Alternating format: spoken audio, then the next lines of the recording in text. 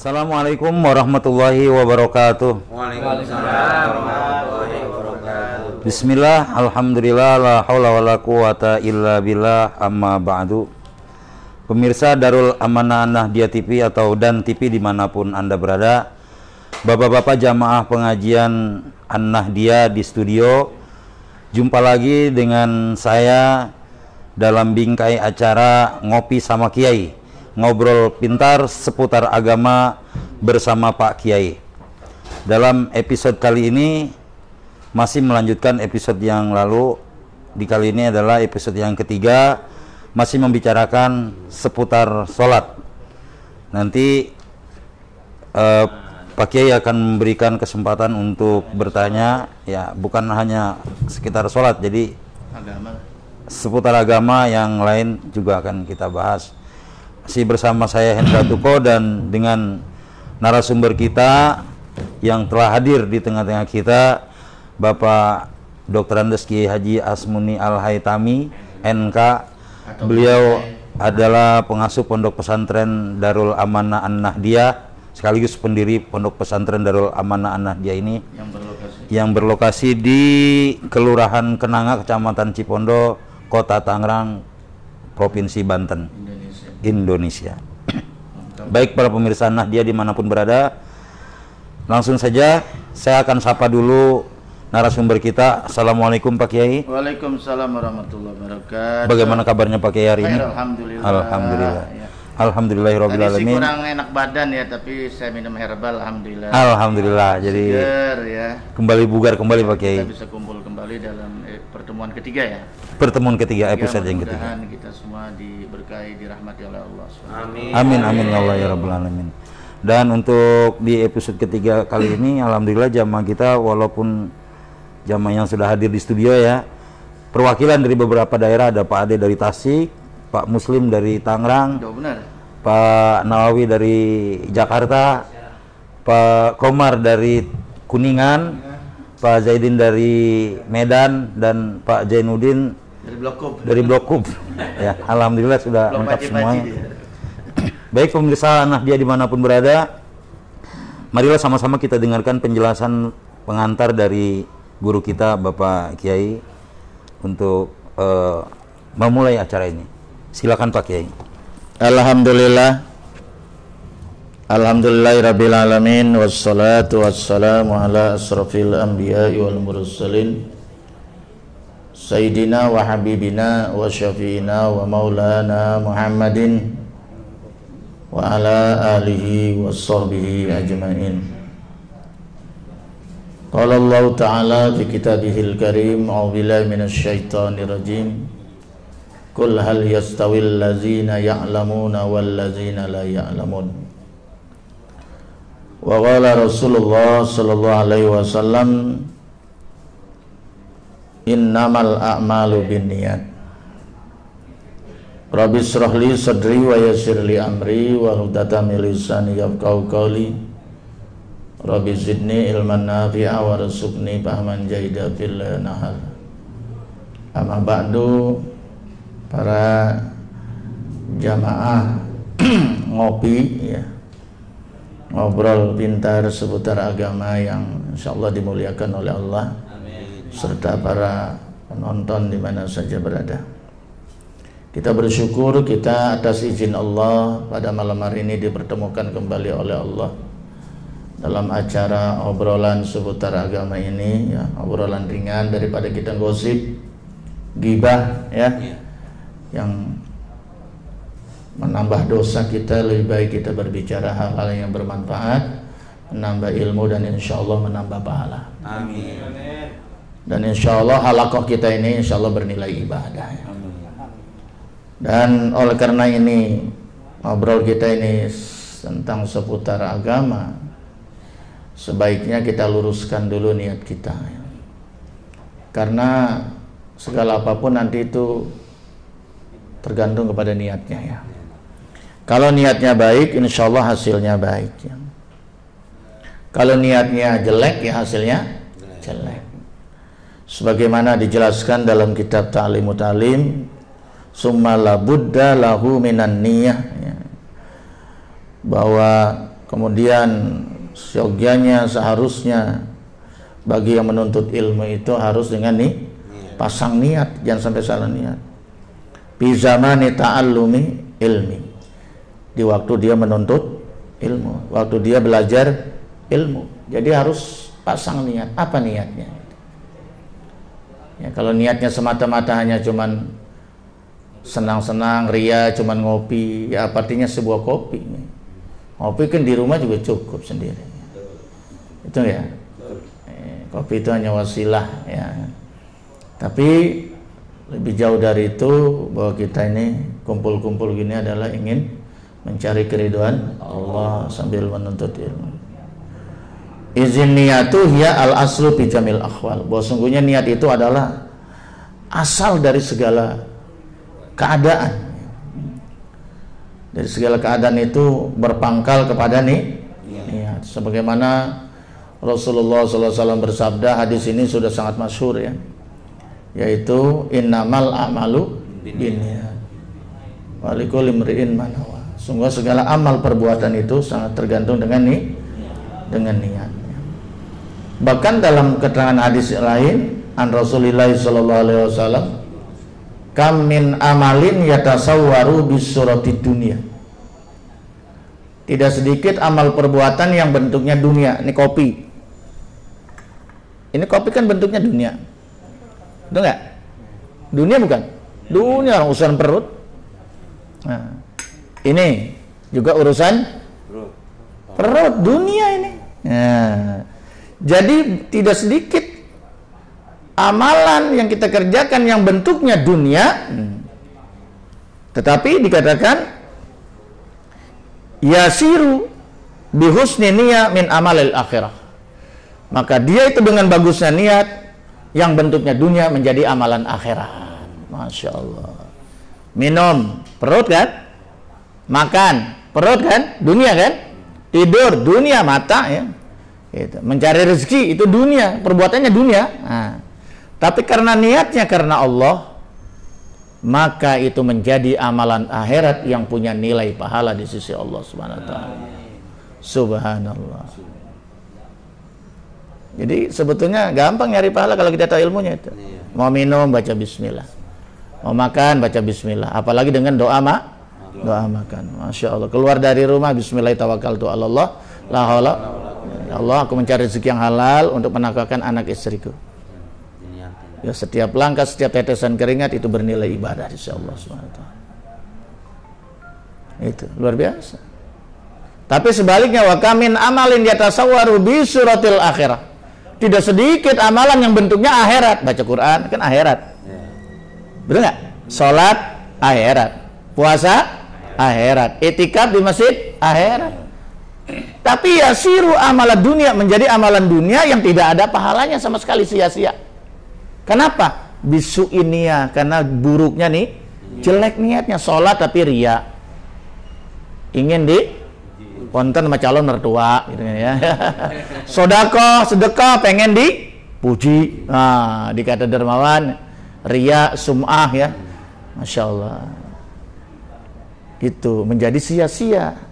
Jadi betul itu yang dikatakan bahwa izin niyah ya al aslu fi jamil akhwal. Niat itu menjadi pongkol dari segala urusan, dari segala masalah, dari segala keadaan.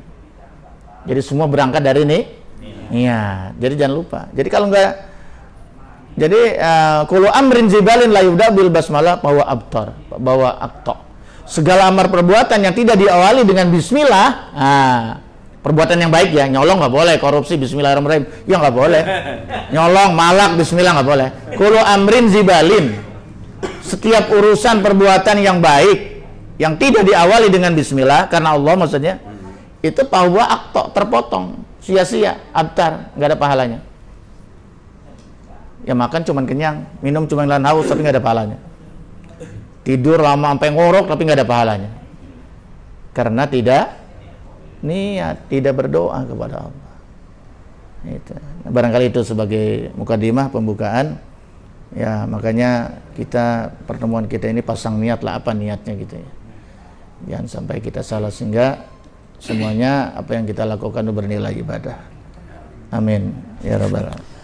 Pemirsa Nahdiyah dimanapun Anda berada, demikian tadi pengantar dari guru kita, dari Pak Kiai, yang akan mengawali obrolan pintar seputar agama, dan langsung saja kita memasuki pada sesi pertanyaan. Saya persilakan kepada siapa yang pertama? Pak Komar. Sambil ngobrol sambil makan mungkin ada yang berkata. Oke, Pak Komar ya. Oke, silakan. Assalamualaikum warahmatullahi wabarakatuh. Waalaikumsalam warahmatullahi wabarakatuh. Perkenalkan, nama saya Komarudin, asli dari Kuningan. Pak Kiai, saya mau nanya Pak Kiai. Dalam sholat ada syarat dan ada rukun sholat. Nah, apa perbedaannya antara syarat dan rukun? Mohon penjelasannya Pak Kiai. Jadi memang kita ini segala amal ibadah kita seharusnya dengan ilmu ya. Apalagi sholat. Karena sholat itu kan yang membedakan antara mukmin dan kafir kan sholat. Ya dah? Malah yang pertama kali nanti diaudit, diperiksa itu sholat. Dan sholat itu bisa sah, udah kita udah bahas ya pertemuan kedua, bisa sah secara hukum fikih itu kalau memenuhi syarat dan rukun. Itu kita jelaskan udah syarat-syaratnya rukun kalau nggak salah ya, waktu pertanyaan yang kedua gitu. Nah sekarang apa sebetulnya syarat dan rukun? Gitu kan? Kalau kita lihat di dalam kitab usul fikih, kitab usul fikih yang paling dasar lah, kalau di pesantren Darul Aman ini kelas 3 belajarnya, 3 SMP. Nama kitabnya Mabadi Awaliyah karangan Al-Ustadz Abdul Hamid Hakim. Buah syarat itu adalah ma yatawaqqafu alaihi sihhatu syai' wa laysa minhu. Nah itu. Segala sesuatu yang terkait dengan sesuatu itu, sihhatu syai' sahnya sesuatu, wa laysa minhu, tapi dia bukan bagian langsung dari amal itu. Susah ya mengertinya kalau nggak dikasih contoh ya. Nah, jadi ma yatawaqqafu itu maknanya ma yata'allaku, sesuatu yang terkait alaihi atas ma sihhatu syai', sahnya sesuatu. Sesuatu ini bisa sholat, bisa puasa, bisa macam-macam ya. Sahnya sesuatu amal perbuatan, wa laysa minhu, tapi dia bukan bagian langsung darinya. Contoh, wudu adalah syarat sahnya sholat. Sekarang ngerjakan wudu, tapi artinya kalau tanpa wudu sholat tidak sah. Nutup aurat bagian dari sholat. Kalau kagak nutup aurat berarti tidak sah. Kan kita jelasin itu dulu. Ya dah? Menghadap kiblat, istiqbalul kiblat itu juga syarat sahnya sholat. Kalau nggak menghadap kiblat, kiblat itu artinya arah Ka'bah ya, bukan hadap ngulon, bukan. Kita kebetulan aja menghadap ngulon. Kalau di Ka'bah kan sholat muter, semuanya menghadap Ka'bah gitu kan. Di Madinah sholatnya menghadap ke tenggara, karena Ka'bahnya ada, Masjidil Haram adanya di tenggara. Maksudnya menghadap kiblat, bukan hadap ngulon, barat bukan. Biar paham. Sekarang kita mau tanya, wudu itu bagian langsung di dalam sholat atau di luar sholat? Di luar sholat. Nutup aurat perbuatan di dalam sholat atau di luar? Di luar sholat. Menghadap kiblat juga di luar sholat. Artinya apa? Wudu dulu baru sholat. Masa lagi sholat wudu? Nutup aurat dulu, periksa semua, betul nggak? Nah, nutup, kalau pastikan baru sholat. Mau jangan lagi sholat baru meriksa aurat, gimana itu? Nggak boleh, karena dia bukan bagian dari sholat. Wudu, menutup aurat, menghadap kiblat itu bukan bagian dari perbuatan sholat, tapi dia syarat. Ya, syarat itu sesuatu yang harus dipenuhi supaya sah itu perbuatan itu, tapi dia di luar perbuatan itu, bukan bagian langsung dari sholat gitu loh. Paham ya? Wudu, syaratnya wudu airnya harus suci, betul nggak ya? Kan kita nyari air dulu yang suci baru Kan begitu. Paham ya? Nah, itu namanya syarat. Jadi dengan ini kita paham mana yang syarat, mana yang bukan. Nah, syarat itu sesuatu yang terkait sahnya sesuatu tapi dia bukan bagian langsung. Artinya di luar. Tapi harus. Akad nikah. Mahar itu kan akad nikah. Ya kan ya? Akad nikah itu. Dia bukan rukun itu, tapi dia harus disebut. Waktu akad kalau nggak disebut udah sah itu. Nah, artinya kita udah siapin sebelumnya tuh berapa gram gitu atau berupa apa gitu ya. Itu. Kalau rukun, nah kalau rukun itu adalah ma yatawaqqafu alai sihhatu syai'i wa kana juz'an minhu. Itu bedanya. Bedanya di situ. Kalau rukun tuh wa kana juz'an minhu. Sesuatu yang terkait dengannya sahnya sesuatu perbuatan, tapi dia bagian langsung dari itu. Jadi bagian langsung. Contohnya takbiratul ihram. Allahu Akbar. Rukun kan? Nah, sekarang takbiratul ihram di dalam sholat apa di luar sholat? Di dalam sholat, itu namanya rukun. Dia harus dikerjakan dengan sempurna, kalau tidak sah. Cuman dia bagian langsung. Fatihah di dalam sholat apa di luar sholat? Di dalam sholat, berarti dia rukun. Dan itu harus dikerjakan dengan sempurna. Paham ya? Sama. Ruku, itidal, sujud. Itu kan rukun semua dah. Rukun namanya rukun fi'li. Nah, itu harus dikerjakan. Kalau tidak sah sholatnya. Cuman dia dikerjakannya di dalam sholat. Kalau wudu di luar sholat, karena syarat ya. Tapi kalau ini rukun, gitu ya. Jadi kalau rukun tuh sebenarnya sama kedudukannya. Sholat tidak sah tanpa syarat dan tanpa rukun. Cuman beda posisinya aja. Kalau rukun itu ada di dalam sholat, kalau syarat di luar sholat ngerjakannya. Jadi sebelum sholat. Nah, kira-kira seperti itu. Baik, Pak Komar sudah jelas ya pertanyaannya, tadi jawabannya sudah. Oke, penanya selanjutnya silakan Bapak Nawawi ya. Yang kedua Pak Nawawi. Assalamualaikum warahmatullahi wabarakatuh. Perkenalkan, nama saya Nahrawi dari Tangerang. Saya mau bertanya Pak Kiai. Kita dengar kata-kata ibadah. Kita ibadah sebenarnya apa sih arti dari ibadah itu? Mohon penjelasannya dari Pak Kiai. Demikian, assalamualaikum warahmatullahi wabarakatuh. Ibadah, ayo ibadah ya. Begitu ditanya, apa sih ibadah? Pusing kepala kita kan? Apa pada ibadah? Belum tahu. Nggak tahu, coba tanya mesin diesel rusak. Yang namanya mesin diesel, mesin kapal kek, mobil kek, apa juga, udah ngomong aja Pak Ade, tiar, pinggir kali, keluaran kenanga, beres. Kalau udah masuk beres. Beres, mending semen dikirim. Beres. Udah bidangnya, betul nggak? Tapi kita ditanya, apa itu ibadah? Padahal setiap hari ibadah ya, betul nggak? Nah, jadi ibadah itu kalau kita artikan secara lughah, kalau orang anak kuliah bilang etimologi. Secara etimologi ibadah itu atazalul. Tazallul apa sih? Menghinakan diri, merendahkan diri. Ibadah kok sombong di hadapan Allah, nggak diterima. Namanya ibadah itu at-tazallul, menghinakan diri di hadapan Allah. Iya, betul nggak? Ibadah ya. Ibadah tuh. Lagi sholat, masa sholat petantang tenteng. Jangan. Yang namanya ibadah itu artinya kita tazallul atau al-khudu. Apa khudu itu? Al-khudu itu runduk, tunduk, merendahkan diri. Namanya juga ibadah, menghambakan diri ya, menghambakan diri. Kita kan hamba. Kita ini abid yang beribadah, Allah yang ma'bud ya.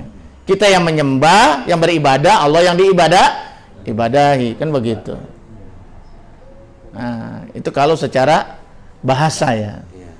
Jadi setiap sikap yang merendahkan diri, menghinakan diri, bahwa kita ini hina, nggak ada apa-apanya di hadapan Allah. dan kemudian merundukkan diri, itu namanya ibadah.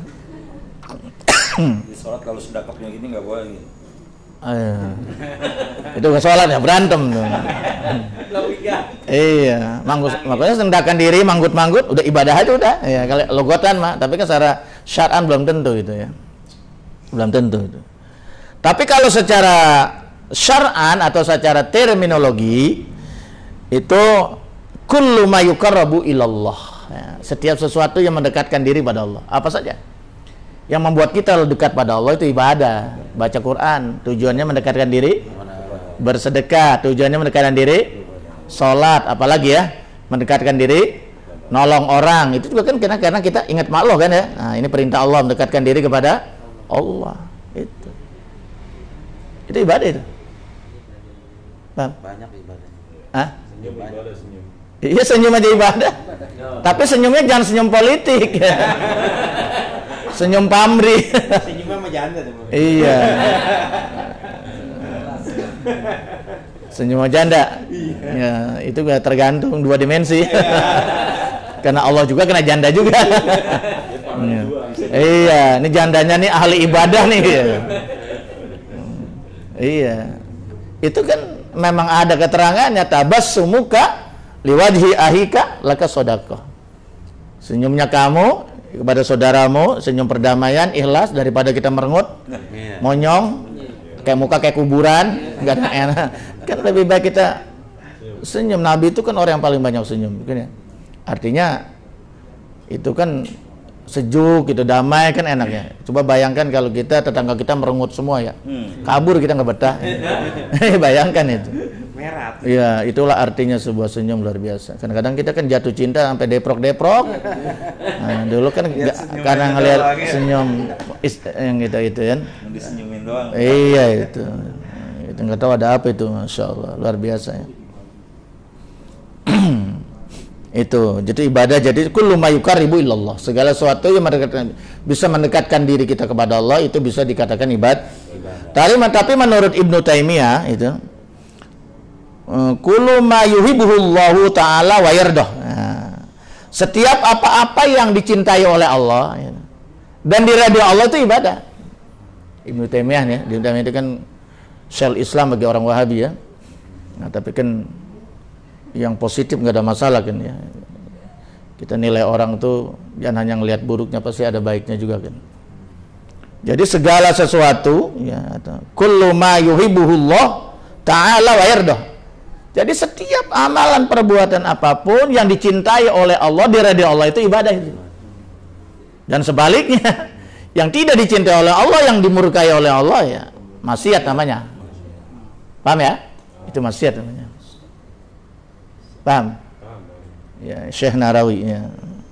Itu ibadah ya. Itu pengertian ibadah ya. Kemudian juga ibadah bisa kita kembangkan, itu ibadah ada. Nah, dalam pelaksanaannya itu ibadah bisa dibagi tiga. Ada ibadah yang namanya ibadah qalbiyah, ibadah amalan hati. Ada juga ibadah yang bersifat badaniyah, fisik, anggota badan, jasad. Ada juga ibadah maliyah, ibadah harta. Nah, kalau ibadah yang bersifatnya qalbiyah, amalan-amalan hati itu misalnya sabar ya. Ini sifat yang positif ya, yang saya pilih akhlakul karimah ya. Sabar itu kan, mau sabar di mana adanya? Ya di hati. Masa sabar ada di kepala? Masa sabar adanya di tangan? Semuanya berangkat dari hati, baru terrefleksi dari perbuatan. Ya kan ya? Gerakannya di tangan. Gerakannya di tangan sabar. Iya, maksud saya itu kan refleksi aja. Sabar itu sebenarnya amalan hati. Sabar. Di hati pegang, kada sabar. Gelo itu. Masa sabar megang kepala, pusing ya kepala mah. Iya. Coba Bang Jai kalau nasihatin orang sabar kan dada. Sabar. Masa sabar kepala? Ini sakit kepala, pusing, stres nah itu. Gitu. Husnuzon itu kan juga ya. Itu kan berangkat dari hati semua.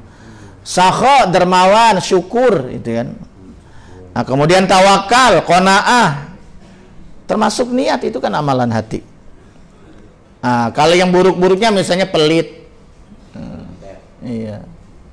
Nah, lu akal lu pelit banget, lu kan nggak ada, hati lu yang pelit mah. Iya. Al-kaslu kasal itu kan semua amalan hati sebenarnya, penyakit itu. Kasal, malas ibadah. Kasal itu malas ibadah, malas sedekah, malas kerja, cari nafkah, itu penyakit itu. Al-jubnu, pengecut. Itu amalan hati itu sebenarnya itu. Ya kan? Al-ujub, apa ujub tuh? Berbangga diri. Nah, ini semua bahasan ilmu akhlak. Al-kadzibu, bohong. Ya, kemudian Arya, asum'ah, apa sum'ah? Kalau ria dengan ro'a, pengen dilihat orang. Amalan kalau nggak dilihat orang nggak semangat dia. Sum'ah, pengen didengar orang, jadi diomongin mana. Itu kebanyakan amalan hati. Yang kedua itu amalan badaniyah, fisik. Ya, namanya seperti sholat, gitu kan? Itu kan perlu fisik, puasa, gitu kan? Menahan lapar dan haus, itu membaca Al-Quran ini kan perlu dengan gerak lisan gitu kan. Itikaf kan perlu fisik, duduk di dalam zikrullah dan sebagainya. Itu termasuk amalan-amalan badaniyah. Nah, yang ketiga itu namanya amalan maliyah seperti sodakoh. Ini ibadah dengan harta. Nah, sodakoh ada dua, ada sodakoh wajib namanya zakat. Nah, zakat nanti juga ada dibagi lagi, ada zakat fitrah, zakat badan, ini wajibnya di akhir Ramadan, dan zakat mal. Zakat mal biasanya syaratnya 1 tahun berputar atau juga sudah sampai 1 nisab, 2,5%. Yang sunnah itu bisa hadiah, bisa infak, itu mesti ikhlasnya kita. Kapan saja boleh, nggak nunggu setahun. Kapan saja boleh kepada siapa gitu kan. Kalau sedekah sebaiknya kepada yang memerlukan. Nah, ukurannya terserah kita, keikhlasan kita. Itu. Wakaf itu juga termasuk wakaf, punya tanah diwakafkan untuk apa? Untuk kuburan misalnya, untuk masjid, musola. Hadiah itu namanya amal ibadah yang bersifat maliyah, harta. Gitu. Kalau haji malah itu dia bisa juga maliyah. Kan harus bayar dulu BPIH. Kalau dulu ONH, ongkos naik haji, karena naik mulu diganti BPIH. biaya perjalanan ibadah haji. Dulu mau ONH, ongkos naik haji, naik mulu. Tapi ada badaniyahnya juga haji itu. Ada qalbiyahnya juga. Itu.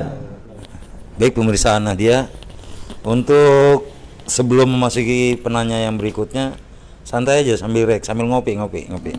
Ini kan ngopi sama Kiai, ngobrol pintar seputar agama bersama Pak Kiai. Oke. Baik, sambil santai, penanya berikutnya Pak Zaidan ya? Pak Zaidin, oke. Assalamualaikum warahmatullahi taala wabarakatuh. Waalaikumsalam. Nama saya Jahidin, asal dari Medan, Sumatera Utara. Saya orang Melayu, okay. Melayu Delhi, Melayu itu nggak ada marga. Yang ada marga itu orang Batak.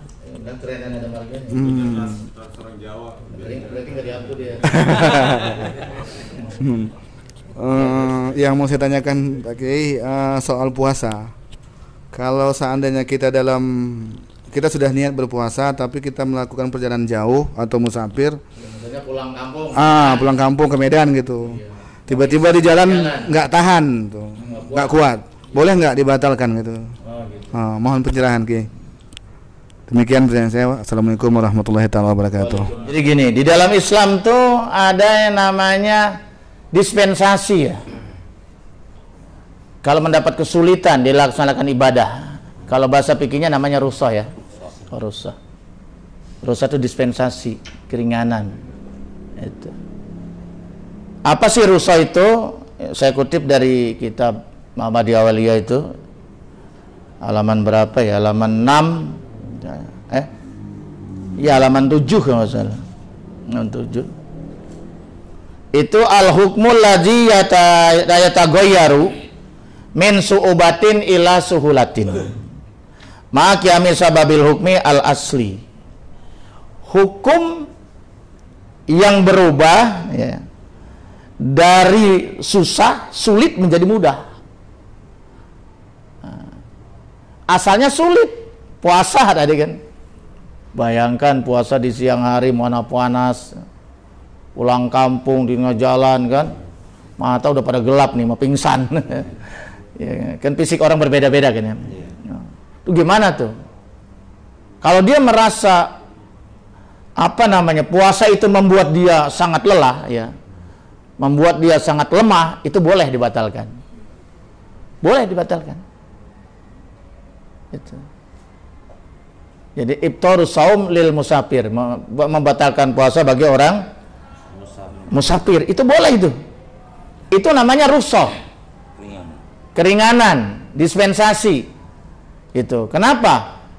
Karena dia itu sedang mengadakan kesulitan perjalanan gitu. Kalau mampu sih nggak usah batalin. Kalau dia merasa kuat. Tapi kalau dia merasa lemah sekali, daripada dia sakit, jatuh sakit, itu boleh dibatalkan. Itulah hebatnya Islam itu.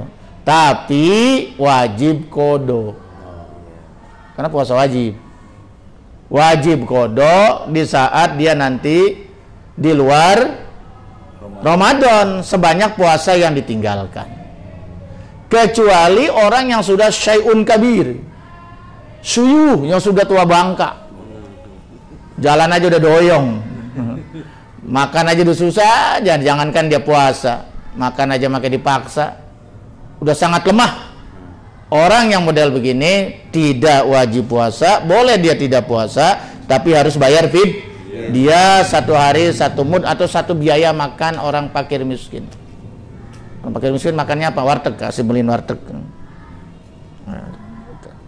Atau kasih beras dengan uangnya buat ngol, masa beras doang. Beras kan harus dimasak dulu biar bisa dimakan. Idealnya begitu sebetulnya mah. Itu. Paham ya? Nah, jadi itu seperti itu tuh, rukhsah itu. Itu namanya rukhsah dalam Islam. Sholat 5 waktu itu wajib berdiri, al-qiyamu alal qadir. Kecuali sholat sunnah, kita sedang lelah pakai kursi nggak apa-apa. Sholat pakai kursi begini boleh. Allahu Akbar, Bismillah man hamidah, Allah, rukunya begini, tunduk dikit, Bismillah man, sujudnya agak ke bawah, Allah Akbar subhanahu rabbiyal azim. Kan? Itu namanya, itu boleh. Kalau orang yang sakit. Karena berdiri itu termasuk rukun sholat. Sholat 5 waktu maksud saya ya. Jadi sholat 5 waktu itu syaratnya diantaranya berdiri bagi yang mampu. Tapi bagi yang tidak mampu, sakit pinggang atau saraf kejepit, sakit, pokoknya sakit lah gitu, sehingga dia tidak bisa berdiri. Kalau berdiri kunang-kunangan, boleh duduk. Yang penting sholat. Ini namanya rukhsah. Duduk masih nggak bisa juga, berbaring nggak apa-apa, yang penting hadap kiblat. Ya, boleh kita pala di sebelah utara. Kalau di sini yang penting mukanya hadap kiblat, atau palanya di sebelah timur tapi menghadap ganjil pakai bantal, yang penting arah kiblat boleh. Yang gerak tangan aja, Allahu Akbar, main tangan aja, ya kan? Yang namanya orang sholat sakit, yang penting sholat. Dia pada disolatin ya. Nah, kalau nggak bisa juga dengan berbaring, mutajian, ya berarti dia harus dengan isyarah. Kedip mata aja. Kagak bisa juga, takbirin 4 kali. Hati deh. Itulah pentingnya sholat. Nggak bisa berdiri, duduk. Nggak bisa duduk, berbaring. Nggak bisa baring, isyarat. Ini meriang doang nggak sembahyang. Siapa ustaznya itu? Siapa gurunya ngajarin? Nggak ada gitu. Iya, sakit gigi doang nggak sholat. Cuma diperban doang, diimpus nggak sholat. Harus wajib biar diimpus juga. Nggak bisa dengan wudu tayamum, tuh nggak ya? Nggak bisa tayamum, ditayamumkan. Atau paling tidak dia sholat menghormati waktu. Ini enggak, puyeng doang sih nggak sembahyang. Masya Allah. Jangan. Puyeng bapalanya yang puyeng mah. Hah? Tongan yang puyeng. Iya. Ya artinya kan boleh duduk. Iya. Boleh kan, kita khawatir di saat kita nggak sholat dicabut nyawa kita. Wah, kita kan nggak pernah tahu. Nah, berarti kita meninggalnya sedang meninggalkan sholat. Ya, makanya Rasulullah mengingatkan dalam hadisnya itu, ajilu bis sholat. Cepat-cepat kerjain sholat. Qabla paut, ya qoblal paut, sebelum habis waktu. Wa ajilu bitobat, cepat-cepat bertobat. Qoblal maut, sebelum mati. Tobat jadi tunda. Kapan lu ke masjid? Entah udah tua-tuaan dikit. Kapan ngaji? Entah udah tua-tuaan dikit. Masya Allah, tunda-tunda. Akhirnya kematian menduli dia. Masya Allah. Nauzubillah subhanallah. Kalau bisa jangan sampai terjadi seperti itu. Ya. Jawazu aklil maita, boleh memakan bangke lil mudtori, tapi bagi orang yang darurat di hutan, terjebak dia, nggak ada makan apapun, yang ada cuma bangke, makan. Kalau doyan mah. Kalau doyan makan, yang penting nyambut nyawa. Dan ya, yang penting nyambung nyawa. Homer haram, tapi nggak ada minuman lain. Keselak daripada mati, minum homer boleh.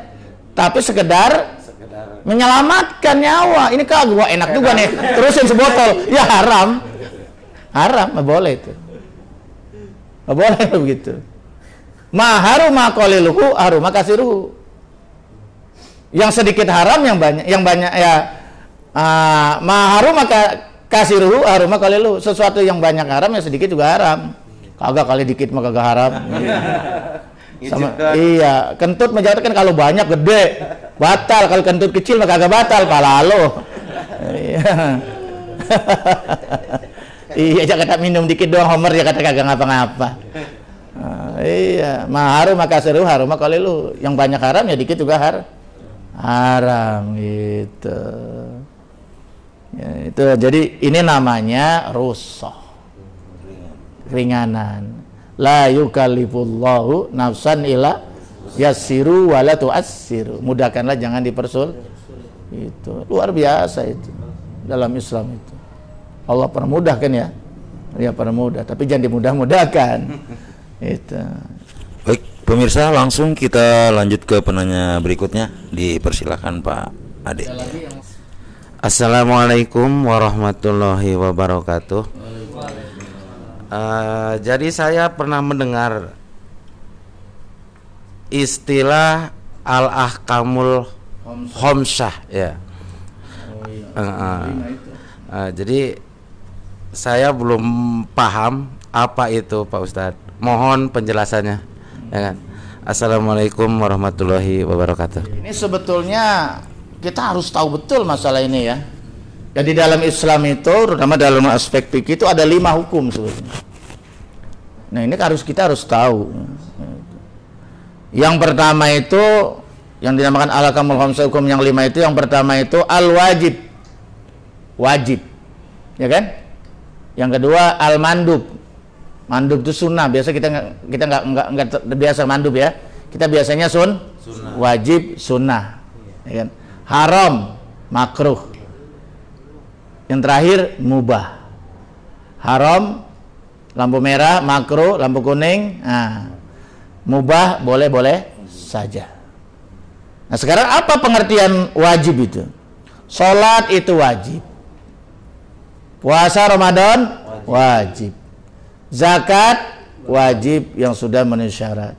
Haji wajib yang mampu atau yang punya kesempatan dibayarin, kan punya kesempatan namanya. Nah, itu kan. Nah, sekarang apa wajib? Sholat 5 waktu wajib. Dulu pernah kita jelaskan wajibnya wajib ain, kewajiban pribadi. Apa sih itu? Ya kan? Kan wajib ada 2, ada wajib kifayah, ada wajib ain. Ya, fardu kifayah ada fardu ain. Kalau fardu ain kewajiban sendiri. Kalau fardu kifayah kewajiban kelompok kayak ngurus jenazah gitu. Kalau udah ada yang ngurus, yang lain nggak ada usah gitu. Itu. Nah itu wajib itu adalah mayusabu ala fi'lihi atau mayusabu ala fa'ilihi juga boleh.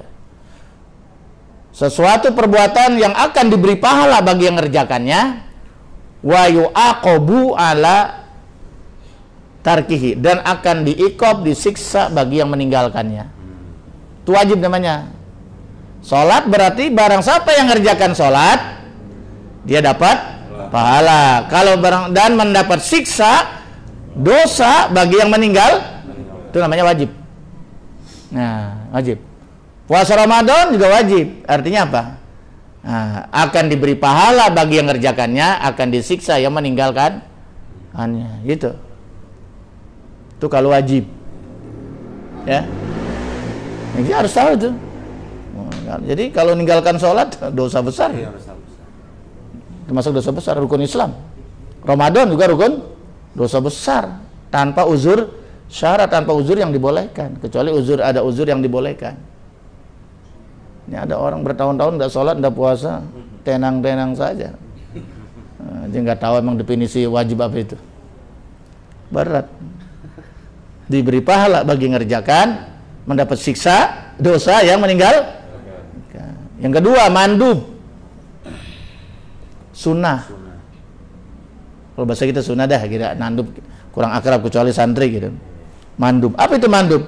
Mayusabu ala fa'ilihi, sesuatu yang diberi pahala bagi yang ngerjakannya, wala yu'aqabu, adalahnya tidak diikob, tidak disanksi, tidak disiksa ala tarikihi, yang meninggal sholat duha sunnah, dikerjakan dapat pahala yang mengerjakannya, ditinggalkan tidak berdosa. Tapi definisi ini menurut saya lebih suka begini, yusabu ala fa'ilihi wala yusabu ala tarikihi, mendapat pahala bagi yang mengerjakannya, tidak dapat apa-apa yang kagak ngerjainnya. Itu lebih berkesan menurut saya. Kalau dia sholat duha, dia dapat pahala. Kalau nggak sholat duha, ya nggak dapat apa-apa. Ya memang nggak dosa, tapi ente nggak dapat apa-apa. Paham ya? Sholat rawatib, sunnah rawatib, ya. Sholat sunnah rawatib itu sholat sunnah yang terkait dengan 5 waktu. Mengiringi sholat, mendampingi sholat 5 waktu. Kalau yang sebelum sholat 5 waktu namanya qobliyah. Kalau yang setelahnya namanya Tapi ada sholat yang tidak mengiringi, punya waktu sendiri, kayak sholat duha. Kan itu tidak mengiringi sholat 5 waktu. Tahajud, hajat, tobat, dia tidak mengiringi sholat 5 waktu. Yang mengiringi sholat waktu namanya sholat sunnah rawatib. Itu sunnah kan hukumnya. Dikerjakan dapat pahala. Ibarat warung mah untung. Kalau kagak dikerjakan, ibarat warung kagak ada untungnya, pulang modal. Karena wajib memang harus dikerjakan. Disitulah pentingnya peran sholat sunnah. Sangat penting, karena nanti di akhirat sholat sunnah itu sangat punya peran penting. Di saat diperiksa sholat wajib kita nggak sempurna, kata Allah, ya malaikat periksa sholat sunnahnya. Di sini sholat sunnah menyempurnakan yang wajib, ya kan ya? Makanya Allah sangat senang sekali dengan orang yang sering ngerjakan sholat sunnah, ibadah-ibadah sunnah. Kenapa? Karena ibadah sunnah mah nggak ada siksa, nggak ada ancaman. Pasti orang yang ngerjakan sholat sunnah itu kenapa? Ya karena cinta sama Allah, karena bahaba sama Allah, karena dia ingin mengabdi kepada Allah, ngabdi di luar jam resmi ibadah, ingin beribadah tambahan, lembur. Nah itu pasti didorong dengan rasa keikhlasan. Orang kalau nggak ikhlas nggak mau lembur ya. Nah itu. Kalau orang rajin sholat 5 waktu itu biasa, karena dia udah, kalau nggak ngerjain siksa. Ya dosa. Ada ancaman. Tapi kalau orang rajin ngerjakan sholat sunnah itu luar biasa. Karena orang rata-rata ngerjakan sholat sunnah itu karena hidmah, karena ingin mengabdikan diri kepada Allah. Ah itu luar biasa itu perannya di situ. Jadi makanya saya lebih senang sunnah adalah dikerjakan dapat pahala, nggak dikerjakan nggak dapat apa-apa gitu. Terus yang ketiga itu haram. Nah, ya harus tahu. Ini haram ditabrak aja. Nah, kita harus tahu itu apa definisi haram itu. Lampu haram kan lampu merah itu. Coba lampu merah tabrak. Ya resikonya kalau kita nggak tabrakan ya kita ditilang. Tangkap kita ya. Itu karena melanggar rambu-rambu. Islam pun ada rambu-rambu. Ini 5 ini kan rambu-rambu ini. Hukum yang 5 ini kan rambu-rambu, betul nggak? Ya mengatur kita supaya hidup ini tertib. Nah, kalau nggak mau diatur dengan hukum yang 5, hiduplah di hutan. Di hutan pun kalau sembarangan dimakan sama macan. Jadi haram itu adalah mayusabu ala tarkihi wa yu'aqabu ala fi'lihi. Akan diberi pahala bagi yang meninggalkannya dan akan mendapat dosa, siksa bagi yang mengerjakannya. Judi haram. Jangan kerjakan tuh judi, tinggalkan, pahala. Meninggalkan lo pahala lo, nggak meninggalkan doang sih. Tapi karena Allah ya. Kalau ngerjakannya dia berjudi, dosa. Dosa besar malah. Riba, bank keliling. Nah itu berarti kalau itu dia kerjakan riba, berarti dia mendapat dosa, siksa. Kalau tinggalkan, pahala. Meninggalkan riba. Menyuri timbangan haram. Bukan timbangannya, maksudnya mengurangi timbangan. Ya. Mengurangi timbangan juga nggak boleh punya orang. Menyuri meteran, ini di pasar banyak terjadi. Itu dosa besar itu. Jangan dianggap remeh itu. Kan? Itu kalau ditinggalkan dapat pahala, dikerjakan dapat siksa. Itu haram tuh. Lampu merah. Jadi kalau lampu merah ditabrak ya ada, ya kena hukuman. Di dunia aja kena hukuman. Betul nggak? Masuk penjara. Penjara dunia. Akhir ke neraka. Nah, kemudian yang ke bawahnya itu yang keempat namanya makruh. Pakai H besar, makruhun. Bukan makruh, bukan hak kecil, makruh. Dari kariha. Yang dibenci. Ya, makruh yang dibenci kan? Yang tidak dibenci oleh Allah, yang tidak disukai oleh Allah. Bang Jai. Ya. Contohnya rokok. Iya, tapi sebagian besar mengharamkan ya, karena saya mah enggak merokok, saya netral aja ya. Itu. Jadi taruhlah misalnya ada yang berpendapat hukumnya makruh gitu. Nah, kan sesuatu yang dibenci. Nah, itu. Sebaiknya jangan dikerjakan. Kalau dikerjakan ya dibenci. Tidak disukai, ditinggalkan dapat pahala gitu. Berarti kalau berhenti ngerokok dapat pahala itu ya? Dapat pahala. Tapi kalau rokok itu berpendapat haram, ya dosa. Ya kan? Dapat dosa. Kalau rokok herbal ditinggalkan dapat pahala. Kenapa? Kalau rokok herbal Anda nggak tahu. Nah, makanya saya heran kenapa rokok itu nggak ada label halal sampai sekarang. Iya. Ulama nggak ada yang berani itu. Karena ulamanya juga ngerokok juga kan. Iya. Nggak ada yang berani rokok itu ada label halalnya sampai sekarang. Karena dia ikhtilaf. Nggak ada yang berani. Malah ditulis awas. Rokok kanker, bahaya rokok kanker, membunuh, macam-macam kan. Impoten. Nah, ya. Makanya Bang Jai makan minum kopi pahit mulu emang apa dia? Takut impoten dia. Iya, karena dia di apa ya dia tanpa pusing dia kalau nggak ngerokok dia nggak makan nggak apa-apa dia, tapi kalau nggak ngerokok wah rokok ngopi aja udah. Masya Allah, itu contoh ya. Apalagi sesuatu yang bau, pete misalnya, itu makruh. Ya makanya gosok gigi nggak jadi hilang makruhnya. Jadi kita makan pete, jengkol, sholat, nggak gosok gigi itu kan jadi makruh. Ya karena makruhnya itu karena dia bau mengganggu ya. Mengganggu orang. Belum minus ya. Menghadap Allah kok bau, menghadap manusia aja orang nggak demen. Makanya gosok. Kalau memang saya doyan jengkol, ya silakan. Tapi harus bersiwak atau gosok gigi, bersih gitu. Jadi kata Bang Jai paling gampang ngilangin bau pete itu gampang. Apa tuh? Makan jengkol. Oh bukannya tambah bau. Bukan, jadi bau petenya hilang, bau jengkol. Yang kelima yaitu mubah. Ini hukum yang kelima mubah. Mubah itu apa ya? Boleh-boleh saja ya, dilaksanakan. Nggak dapat pahala, ditinggalkan juga nggak dapat dosa. Jadi boleh-boleh saja. Itu mubah itu. Nah, tapi mubah ini Kalau kita niatkan karena Allah jadi ibadah. Tapi dia juga bisa jadi maksiat. Handphone contohnya. Handphone ini kan mubah sebenarnya. Teknologi kan mubah, apa saja mubah. TV mubah, radio mubah, betul nggak? Apalagi? Ya, loudspeaker mubah. Pokoknya semua teknologi itu mubah. Karena suatu hal yang tidak bisa dibendung kan, dia terus berkembang. Dan tidak ada larangannya, tidak ada perintahnya, berarti mubah. Tapi ketika ini HP dipegang oleh orang menjadi maksiat, itu bisa jadi haram hukumnya.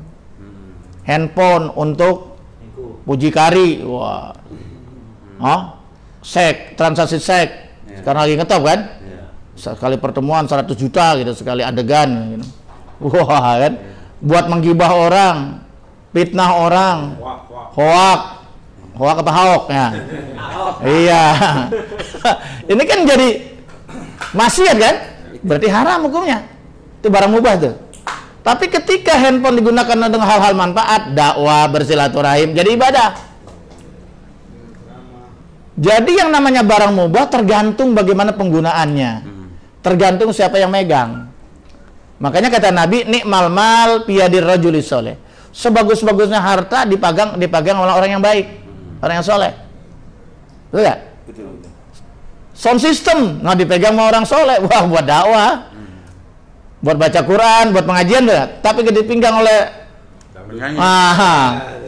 orang-orang tertentu buat maksiat, ngambil maksiat, ya berubah lagi hukumnya. Iya, betul. Kan begitu. Al hukmu yaduru ma'al illah wujudan aw adaman.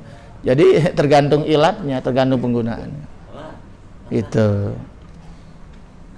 Paham ya? Nah, jadi mubah itu seperti mandi. Tidur di siang hari itu mubah hukumnya. Mau tidur boleh enggak juga enggak apa-apa. Tapi kalau kita niatkan untuk ibadah, kuat ibadah, jadi pahala. Mandi pagi sore itu kan mubah. Tapi kalau kita niatkan nawaitul ghusla litaqawu fil ibadah, itu jadi ibadah. Saja ku niat mandi untuk kuat ibadah, sehat badan untuk kuat ibadah, itu jadi pahala. Mandi pagi sore. Nah, paling pulang kerja juga ibadah itu ya. Iya, itu kan mandi. Diniatin mau ke masjid gitu kan. Iya, itu kan tahu kan. Kenapa? Ya kan kalau habis pulang kerja kan. Kenapa? Mandi niatin mau sholat maghrib nih mandi. Iya, itu kan mandi mubah. Kan mandi ada mandi sunnah seperti mau sholat Jumat, sholat Id itu kan sunnah ya. Tapi ada yang wajib seperti mandi hadas itu. Ada yang mubah seperti mandi pagi, sore, mandi madu, LP Sukesi, mandi kembang, Caca Handika, gitu. Bener kayaknya. Ya kan saya pengamat musik dulunya. Nah jadi itu namanya mandi mubah, hukumnya boleh. Kagak mandi nggak apa-apa 3 hari 3 malam, tapi tidurnya di kolong, jangan sama bini. Iya.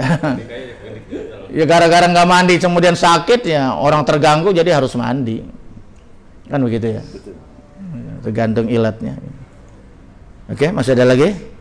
Baik, untuk penanya selanjutnya adalah di pertanyaan untuk penutup ya, terakhir ya, silakan. Assalamualaikum warahmatullahi wabarakatuh. Kan nama saya Muslim dari Tangerang.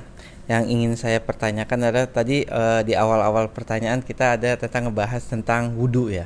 Yang ingin saya pertanyakan adalah saat kita wudu kita lupa niat.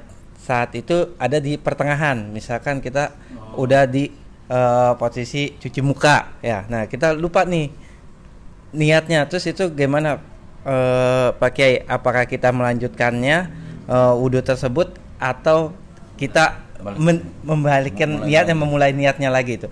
Mungkin itu dari saya. Wassalamualaikum warahmatullahi wabarakatuh. Tadi kita kan sudah ini ya, sudah menjelaskan tentang urgensitas niat ya. Pentingnya niat itu.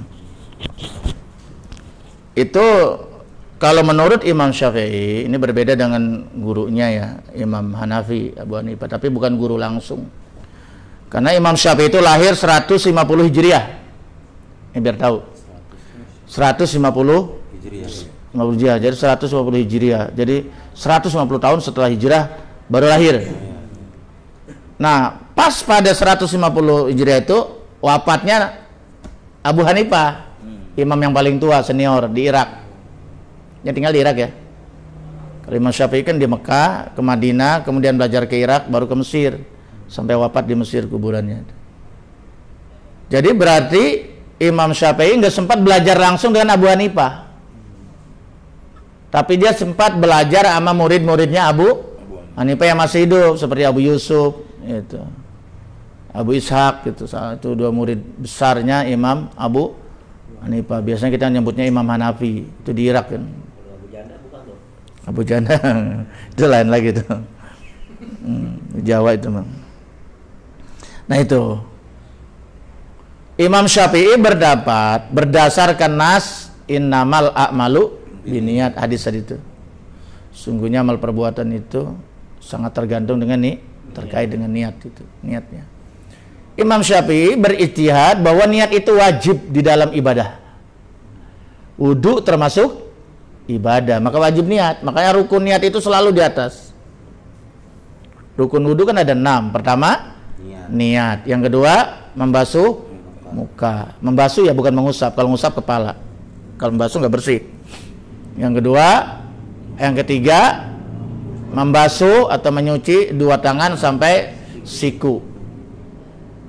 Yang keempat mengusap kepala, sebagian kepala. Tapi kalau Imam Malik seluruh kepala.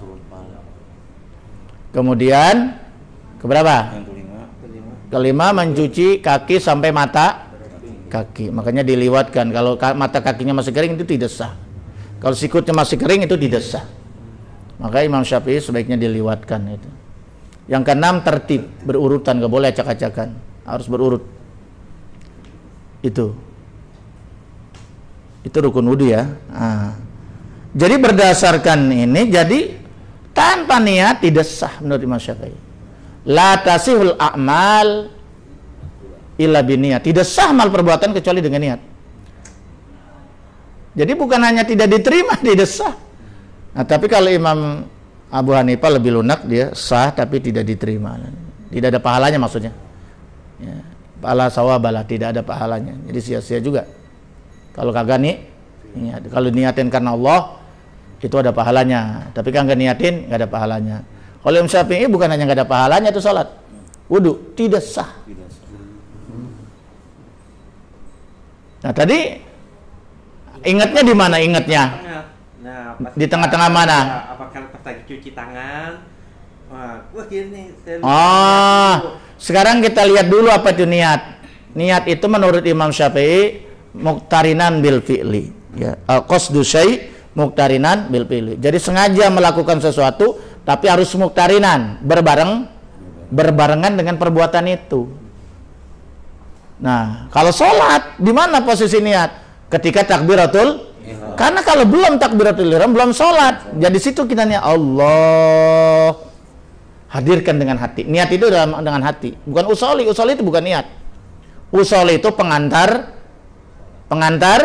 niat, hanya memperkuat. Tidak usoli juga nggak apa-apa.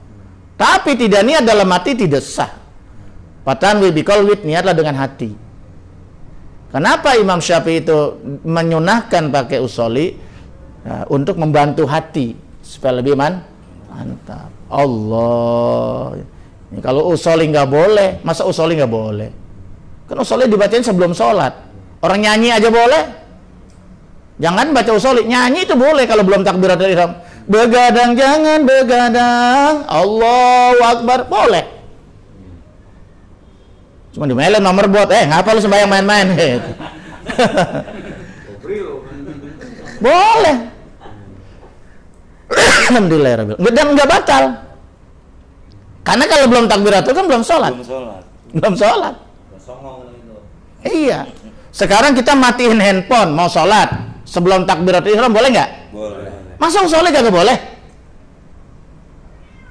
Matiin handphone aja boleh? Boleh nggak? Masa usoleh nggak boleh? Usoleh kan pendernya bandar ini ya. Usoleh fardal maghribi salah seorang musak bilal kibati adan Allah. Di sini kita niat. Nah, di tengah takbiratul. Jadi nggak usah. Kadang-kadang ada yang lama sekali malah ngelamun. Nggak usah. Penting hadirkan hati walaupun hanya beberapa detik. Ya, sebagaimana yang kita ucapkan dalam usoli itu. Kan begitu. Malah kalau Saya lihat orang-orang tertentu itu syekh di sana itu kalau takbir imam-imam besar di sana kan nggak ada yang cepat semua. Allahu Akbar. Malah kalau lama malah ingat sayuran, ingat kerjaan, ingat dapur macam-macam. Kan gitu ya? Iya. Ya, yang penting apa sih niat itu? Khusyuk itu sebenarnya ikhdarul qalbi inda sholat. Menghadirkan hati di saat sholat, dan itu memang perbuatan yang sangat sulit. Nah, makanya minimal waktu kita takbiratul ihramnya kita ingat Allah, itu membesarkan Allah. Kesononya kan kadang suka ngayab, itu godaan memang. Yang kagak ingat jadi ingat, yang gak gatal jadi gatal lagi sholat. Memang godaan itu, kan begitu. Nah itu, jadi niat itu harus dikerjakan muktarinan bil fi'lin. Sekarang wudu, mana wudu itu? Awalnya mana? Nyuci tangan, itu kan sunnah. Berkumur-kumur, mad-mado, sunnah. Istinsak, nyedot air. Nah ini, bersihin semua, kan kadang di jin itu banyak bersarang di hidung, jin, virus. Nah makanya orang yang sering istinsak dan istinsar, istinsak nyedot air, istinsar ngeluarin, insya Allah sehat. Insya Allah sehat dari corona, insya Allah. Ya, itu kan sunnah hukumnya, sunnah kan? Nah, barulah membasuh muka turukun, berarti kita jatuhin niatnya di saat basuh muka. Bener itu mah tadi, ingatnya di muka, emang di situ tempatnya niat. Nah itu lu doa fardhon lillahi. Nah itu paling gampang tuh niatnya. Nah itu lu doa lillahi taala, itu jadi. Nah itu lu doa fardhon lillahi taala. Atau nudu la rafil hadasil asghar boleh fardhon lillahi taala. Tapi kalau setelah lewat muka gimana? Okay. Ya tidak muktarinan dipilih, nggak boleh Imam Syafi'i. Kita ulangi lagi gitu. Iya dari awal. Dari wudu mulai basuh muka lagi. Kan yang sunnah mah boleh dikerjakan, boleh tidak.